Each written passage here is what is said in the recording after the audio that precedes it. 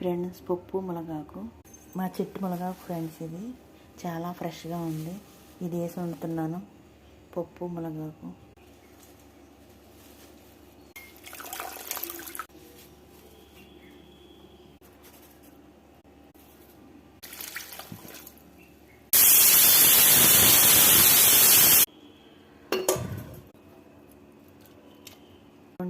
తగినంత సాల్ట్,